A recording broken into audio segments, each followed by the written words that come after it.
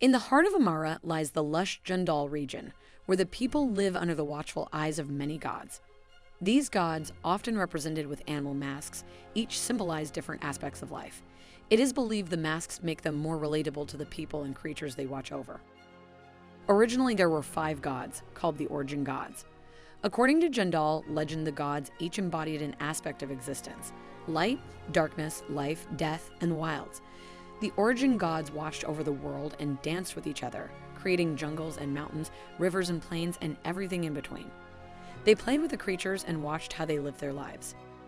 Some Origin Gods became curious and would embody their favorite creatures to live out stories among them. After a time, they grew tired of the same routines that the creatures would do to survive. All the Origin Gods but one came together to create a new creature that they could live more complex stories through. The wilds did not agree with creating a new creature that would be powerful like them, fearing that they could cause harm to other animals and the world they had built. This angered the other gods, and they chased her away. The 4 gods gathered tokens from each of their favorite creatures and strung them together on a necklace, but nothing happened. The Origin Gods grew more distraught as they felt their hopes slipping away. Although the wilds did not want a new creature, she did not wish pain on the other gods. She had watched how many creatures relied on the mud by the rivers to sustain life, and wrapped a doll of mud in cloth and brought it to the others. In their pain, the god of light lashed out, burning the cloth and hardening the mud doll.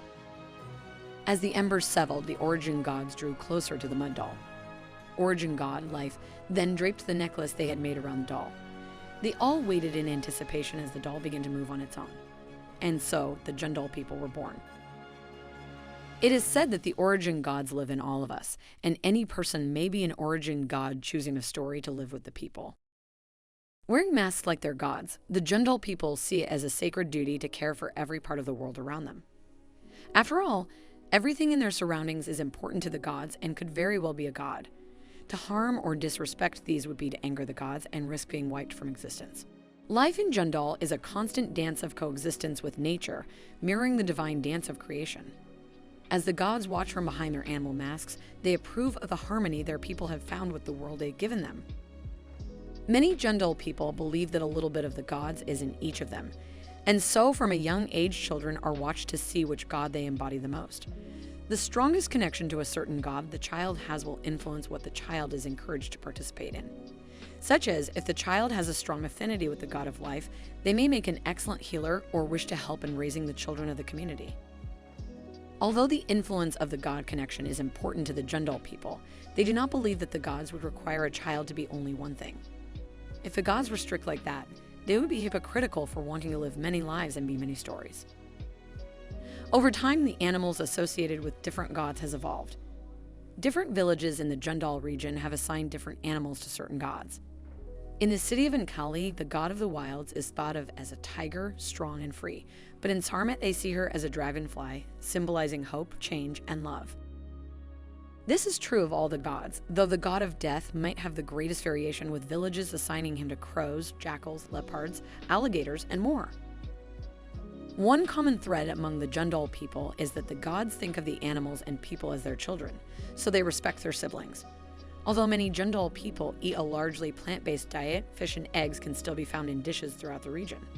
Because it is believed that the earth was created through a dance by the gods, many traditions are centered around dancing, with specific dances being a major part of life events. When a person wants to ask another to join their family, they do so with a dance. When a child is born, the non-birthing partners will dance through the community announcing the arrival. Other community members will join in until the dance returns to the home of the new child, bearing gifts for them and the mother. It is said that when a child is born, the whole jungle can feel the vibrations from the celebrations of the new arrival. I hope you really enjoyed learning about the Jhundal people. I wanted to create a more detailed version of the Wilds god as well, partially because I'm trying to figure out a bit about their design, but also because I have another project in mind for the gods at a later date. I did start this drawing with the plan of doing a full body depiction, but I'm still working on liking the way I draw people without making them look like cute children. When finding inspiration for the Wilds, I leaned in the direction of nothing being concrete. Her hair would be flowing everywhere, and her clothes may shift and change with her moods. I'm not very good at designing clothing, so it's something I plan to try and work on over time. I gave her a single long braid with fabric and jewelry woven into it, as well as a mask that doesn't seem to indicate any one specific animal. I think she would be more likely to not pick favorites and to embody ambiguous creatures. Let me know if you'd like to see some design process on the other 4 Jhundal gods and what a detailed version of them would look like. Thanks for watching my video. Please like and subscribe, and leave a comment if you want to know more or have any suggestions. Until next time, farewell.